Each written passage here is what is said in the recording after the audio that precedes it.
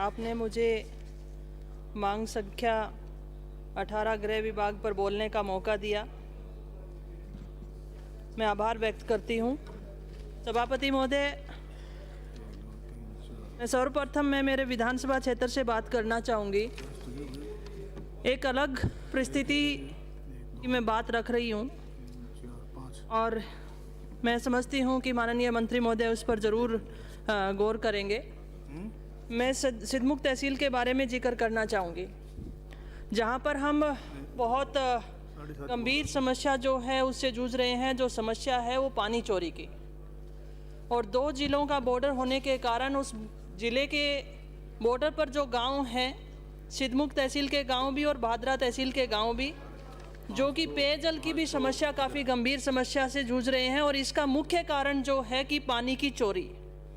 और अगर हम हमारे यहाँ से पुलिस से बात करते हैं तो भादरा हनुमानगढ़ पुलिस के बारे में बोल दिया जाता है कि उनका क्षेत्र अधिकार है।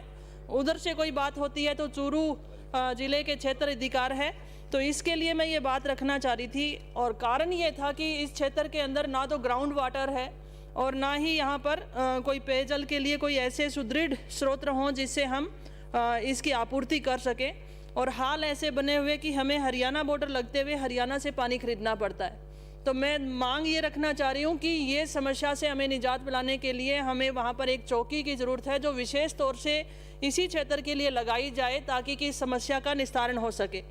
साथ ही मैं आपसे ये भी बताना चाहूँगी कि हरियाणा बॉर्डर पे होने के नाते काफ़ी लंबे समय से ये मांग रही कि यहाँ CID CB की चौकी होनी चाहिए। अपराध दिन प्रतिदिन बढ़ते जा रहे हैं और इसमें कोई शक नहीं है कि पिछले दिनों पुलिस ने अपनी बहुत अच्छी कार्रवाई रखी। आपने देखा कि जयपुर के अंदर भी काफ़ी जो गिरोह पनपने की कोशिश कर रहे थे उनके ऊपर कार्रवाई की। हर समय समय पर आप कर रहे हैं, लेकिन ऐसे क्षेत्रों को चिन्हित करना चाहिए जहां पर ये समस्याएं बढ़ती जा रही हैं। पर इन समस्याओं को कैसे निपटा जाए उसके लिए मैं ज़रूर कुछ बातें पुलिस के लिए रखना चाहती हूँ। जब कोई परिवादी पुलिस थाने पहुंचता है और अपना FIR दर्ज कराता है और उसके लिए अगर IO को संबंधित स्थान पर जाना पड़े तो वाहन की कमी बताई जाती है पुलिस के द्वारा। या तो परिवादी वाहन उपलब्ध कराए या थाने के अंदर जब भी वाहन उपलब्ध होगा तो ये लोग अनुसंधान के लिए पुलिसकर्मी पहुंचते हैं। तो सबसे ज़्यादा ज़रूरत, क्योंकि आज जो क्राइम है बड़ा हाईटेक हो चुका है। जितने भी क्रिमिनल्स हैं बड़ी गाड़ियां रखते हैं और हमारे पास जो वाहन उनके माध्यम से हम क्रिमिनल तक बहुत जल्दी नहीं पहुंच पाते हैं। एक मेरी ये मांग रहेगी कि थानों के अंदर अच्छे वाहन होने चाहिए जिससे कि हम समयबद्ध तरीके से जो क्राइम करने वाले क्रिमिनल हैं उन तक पहुँचा जा सके। दूसरा, पर्याप्त नफरी की भी बात मैं करना चाहूँगी, क्योंकि कभी भी कोई बड़ा हेजिटेशन होता है, कोई बड़ा VIP आता है तो थाने में नफरी की कमी रहती है। काफ़ी संख्या में FIR दर्ज होने के नाते अनुसंधान में भी काफ़ी देरी आती है और ज़्यादा अतिरिक्त कार्यभार होने के कारण जो नफरी है वो मानसिक दबाव में भी रहती है। एक ये ज़रूर मैं आपसे कहना चाहूँगी।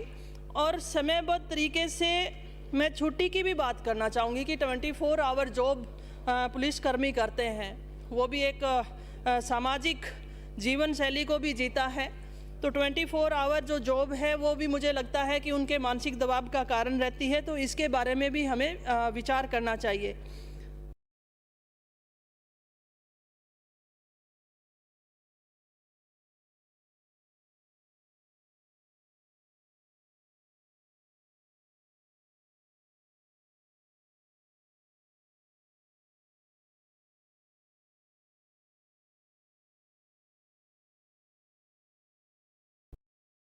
साथ जाए। मैं आपके सामने कुछ उनकी बातें रखना चाहती हूँ जो कि बहुत ही मुझे लगता है कि बहुत ज़रूरी है, ये होनी चाहिए। उनके द्वारा कहा गया कि बहुत ही कम वेतन ग्रेड पे 2400 के ग्रेड पे वो कार्य कर रहे हैं और उन्हें उनकी जो मांग है कि वो 3600 ग्रेड पे होनी चाहिए। और विभागीय पदोन्नति कई बार सुनने में आया कि कांस्टेबल भर्ती होता है और वो कांस्टेबल पर ही रिटायर हो जाता है। तो DPC का भी प्रावधान समय अनुसार जैसे और विभाग में है वैसे होना चाहिए। और 24 घंटे की ड्यूटी का जैसे मैंने जिक्र किया, तो सभी कर्मियों का कहना है कि 24 घंटे की ड्यूटी अगर हम करते हैं तो हार्ड ड्यूटी अलाउंस भी मिलना चाहिए। जोखिम भत्ता भी इनकी भी इन्होंने मांग रखी है, जिसकी मासिक